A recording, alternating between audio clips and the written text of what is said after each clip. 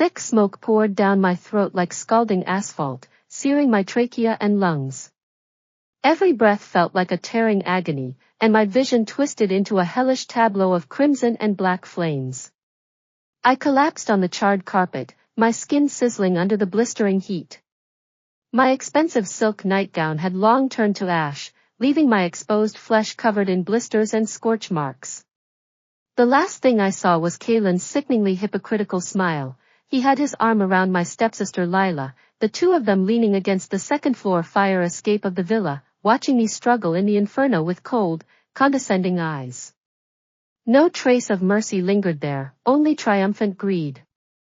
"I'm sorry, Ilara," his voice cut through the crackling flames, soft as a poisoned dagger. "Your trust fund, your father's patents, and this house, they all deserve better owners." Lila giggled, clinging tighter to his arm, her voice shrill and piercing. "Silly sister, you really thought anyone cared about your sisterly love? You and your dead daddy are just stepping stones for us." Agony gnawed at every bone in my body. In the split second before darkness swallowed me, overwhelming hatred threatened to consume me whole. I hated my blindness, giving up Stanford's full scholarship to marry this scheming social climber. I hated my utter foolishness, trusting my stepsister's feigned affection, handing over control of my father's company and his core patents on a silver platter. Most of all, I hated missing the only man who'd warned me. Kaelen's eyes hide greed. Curtis Vance. I hadn't understood the value of his words until I was burning alive. Ugh! I jolted upright like a drowning person fighting for air, my chest heaving as I gasped for breath that reeked of cold sweat. My silk nightgown was soaked through, clinging sticky to my back, as if the searing pain of the fire still lingered. But instead of roaring flames and charred ruins, I saw my 18-year-old bedroom, a Taylor Swift concert poster on the wall, a gilded Stanford acceptance letter spread across my desk, and a date circled in red on the calendar, June 17, 2018. This day was the start of my past life nightmare. And now, it would be the beginning of my revenge. At 3 p.m., Kaelen would show up at my door with 99 red roses, getting down on one knee to propose, feigning deep devotion. In my past life, I'd been dazzled by his good looks and sweet lies, ignoring my father's dying warning, "This man harbors too much ambition, never trust him." I'd said yes on the spot, walking straight into an irreversible abyss. But now, I stared at my reflection in the mirror, young, but with ice in my eyes, and smiled a cold, sharp smile. At 2:59 p.m., the doorbell rang, a death knell echoing from my past. I changed into a plain gray t-shirt and ripped jeans, deliberately leaving my face bare of makeup. When I opened the door, I dodged Kaelen's outstretched roses. Their vivid red looked no different from the blood and fire of my past. "Ilara, you look beautiful today," he said, a flash of surprise crossing his face. He hadn't expected my coldness. "I'm sorry, Kaelen," I said, my tone as casual as discussing the weather, but every word sharp as a blade. "I won't marry you. Also, please return the $500,000 you embezzled from my father's company account last month. I've already had my lawyer obtain the transfer records and your spending receipts. If you refuse to pay it back, I have no qualms about involving the FBI for commercial fraud." His face drained of all color, turning ashen white. His hand trembled violently as he clung to the roses, petals scattering across the floor like his shattered pretense. In my past life, I hadn't discovered the embezzlement until a year after my father's death, too late to fix anything. Now, exposing it early would cut off all his schemes. Kaelen opened his mouth to defend himself, but my icy gaze silenced him. He dropped the roses and fled in humiliation, forgetting even to close the door. Watching his stumbling retreat, I pulled out my phone and called my lawyer. "Freeze all of my father's assets immediately, company accounts, trust fund, everything. And fire the 3 rats on the board who took bribes from Kaelen. I'll send you their corruption evidence right away." With Kaelen, my biggest threat, neutralized, I turned to the Stanford acceptance letter. In my past life, I'd torn it up for so-called love, staying at a local community college instead. In the end, I'd become nothing but a stepping stone for Kaelen and Lila, discarded once they drained me of all use. This time, I packed my bags without hesitation, booking the earliest flight to California. I didn't even give Lila a chance to put on her fake goodbye act. On the plane, a man sitting next to me caught my attention. Dressed in a tailored charcoal suit, he exuded an air of cool elegance, flipping through a Wall Street Journal with sharp annotations in the business section. It was Curtis Vance. In my past life, we'd met only once, at my father's funeral. As my father's most trusted lieutenant, he'd risked ostracism to warn me about Kaelen. But I'd been blinded by grief, dismissing his kindness as ulterior motives. It wasn't until the company collapsed that I'd heard the truth. Curtis had been ousted for refusing to collude with Kaelen, yet he'd built his own investment firm from scratch, becoming a prominent figure in Silicon Valley within years. "Hello, Mr. Vance," I greeted him, my voice balancing respect and familiarity. "I'm Lara Reed, heir to Reed Technologies."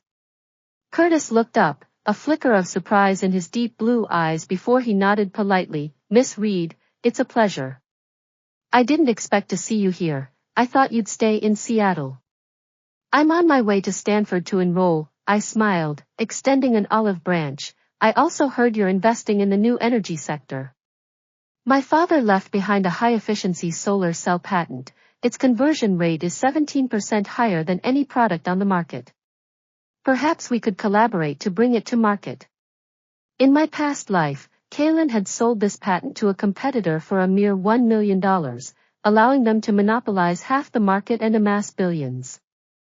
I hadn't known its true value until my dying breath. Curtis's eyes lit up with obvious interest, and he leaned forward slightly. "Miss Reed, I'd be happy to learn more. Here's my card, feel free to contact me anytime." We talked for the entire flight. Drawing on my past life memories, I accurately predicted the new energy sector's trajectory over the next 5 years: energy storage breakthroughs in 2019, policy support for distributed photovoltaic power in 2021, even naming emerging niche markets. Curtis grew increasingly impressed, admiration replacing surprise in his blue eyes. "Miss Reed, you're nothing like I imagined. Your foresight far surpasses that of your peers. If you're willing, I'll inject $20 million in startup capital immediately. We can co-found a company to develop this patent." This was exactly what I'd wanted. With Curtis's resources, connections, and my foreknowledge, Reed Technologies wouldn't just survive, it would dominate the industry. Upon arriving at Stanford, I threw myself into my studies, absorbing knowledge like a sponge. The workload of double majoring in computer science and finance was grueling, but it paled in comparison to the hell I'd endured in my past life. At the same time, I began making precise investments. Using $3 million of my father's inheritance, I bought Bitcoin at the end of 2018 and sold it in 2019 after it surged 13-fold. In early 2020, I went all in on Tesla stock, cashing out 6 months later when it doubled in value. I also invested early in several startups that would later become household names: AI healthcare firms, metaverse platforms, solid-state battery developers. In just 1 year, my personal assets skyrocketed from $3 million to $300 million, a 100-fold increase. Naturally, Lila couldn't stay out of trouble. She flew to California under the pretense of missing her sister, pretending to care about my life while secretly trying to steal my company's core technology and financial information. When I caught her red-handed, she teamed up with Kaelen to spread rumors in Seattle, claiming I had promiscuous relationships, embezzled my father's inheritance, and even forged my academic credentials. But this time, I wasn't the vulnerable girl I'd been. I had my lawyer gather irrefutable evidence of their collusion: bank statements showing illegal asset transfers, forged signatures on documents, chat records of them spreading lies, even receipts of Kaelen's lavish spending with the embezzled funds. I leaked everything to the Seattle Times and top Silicon Valley tech publications. Public outrage erupted overnight. Kaelen was arrested on charges of embezzlement, commercial fraud, and defamation. With overwhelming evidence, the judge sentenced him to 10 years in prison without parole. Lila's true colors were finally exposed to her stepfather, Brian. He threw her out of the house, stripping her of all inheritance rights. Penniless and homeless, she tried to scam Kaelen's family, only to be arrested again by the police. Watching their humiliation on the news, Kaelen being led away in handcuffs, Lila hiding from reporters with messy hair, I felt no sympathy. They'd made me suffer unimaginably in my past life. This time, I was just returning the favor, tenfold. It was what they deserved.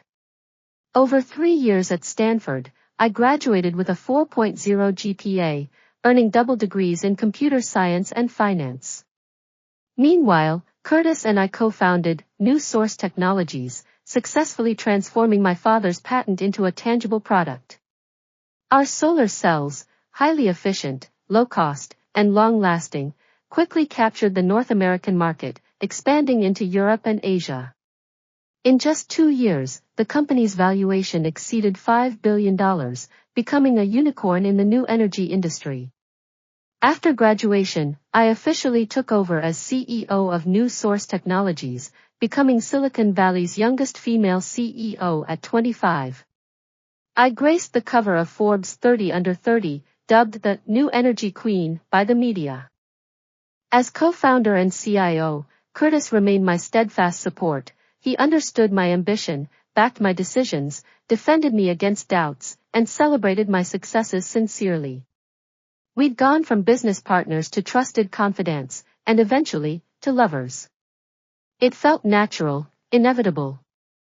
Ilara, Curtis said, holding my hand at the company's NASDAQ listing celebration, his eyes soft with adoration. I've always wondered, how do you always seize opportunities so accurately, avoiding every risk? It's like you can see the future. I looked into his deep eyes, remembering the fire, the searing pain, my past foolishness and regret. Because I lost everything once, I whispered, my fingers brushing gently against his palm, I lost my father, my company, my life, even my will to live. So this time, I have to fight with every fiber of my being to protect what matters, my career, my loved ones, you. Curtis pulled me tightly into his arms, his chin resting on top of my head, his voice deep and unwavering. I'm so glad I didn't miss you this time. I'll be with you, always. After the celebration, I stood at the floor-to-ceiling windows of New Source Technologies headquarters, gazing at Silicon Valley's twinkling lights, bright as a galaxy. In my past life, I'd been blinded by love, betrayed by family, and burned alive, a tragic end. But this time, I'd torn off the chains of fate, dodged every trap, and seized every opportunity. I'd revived my father's legacy, making the Reed name shine in Silicon Valley. I'd found true love and loyal allies. I knew none of this had come easily. Rebirth wasn't the end, it was a new beginning. The road ahead would be long, with new challenges and enemies waiting. But I wasn't afraid anymore. Because I'd learned that fate is in your own hands. With clarity, courage, and strength, you can rewrite your story, and become exactly who you're meant to be. Suddenly, my phone rang. It was my lawyer. Miss Reed, Kaelen tried to appeal, but our evidence is irrefutable. The court dismissed his appeal, upholding the original sentence. Additionally, Lila was involved in a prison fight and received an extra year. They'll never recover. A sense of peace washed over me as I smiled. Thank you. I'll keep that in mind.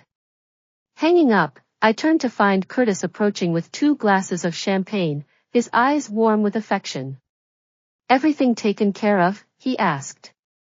Yes, I said, taking a glass and clinking it gently against his.